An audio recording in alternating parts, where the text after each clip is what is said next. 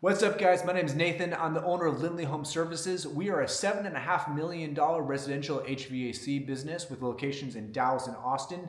And I want to do a couple of videos talking about what we've learned along the way. So the very first thing I want to talk about is it's low-hanging fruit is the very first thing that you can do. With the flip of a switch, you can improve the profitability of your company, and that is your pricing. Almost every company that we ever look at is mispricing their services fairly significantly in a lot of instances. And the way we like to price things is off of what we call a 50% gross profit margin. So if you don't have a business background, 50% gross profit margin means that if you charge $1,000 for a service, you only have $500 of cost into that service, and that is including everything. That's including payroll, that's including the cost of the parts.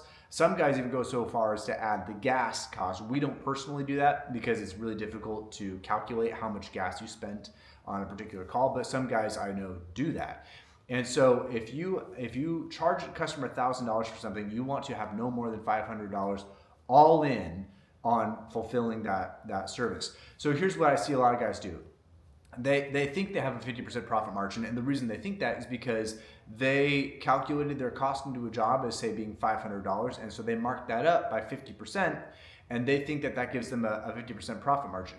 But let's go through that math for a minute. If you have a $500 cost, including parts and labor and all of that into a job, and you mark that up by 50%, well, you marked that up by $250. So now you have a $750 invoice with $500 of costs. That's not a 50% profit margin, that's a 50% markup, and those are totally different things. You actually have about a 35% profit margin, which is not going to be enough for you to grow a business. You may be able to survive on that, especially if you're larger, but you are not going to have the profit to reinvest down the road into things like advertising and things like that. So I get a lot of pushback on this point because when you start crunching the numbers, you're like, well, I can't charge $2,000 for an ECM blower motor.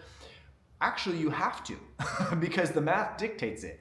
And if you want to grow a company, if you want to have enough cash to repair a vehicle, buy a new transmission for a vehicle, or to run radio ads one day, you must have 50% profit margin in order to reinvest into your company.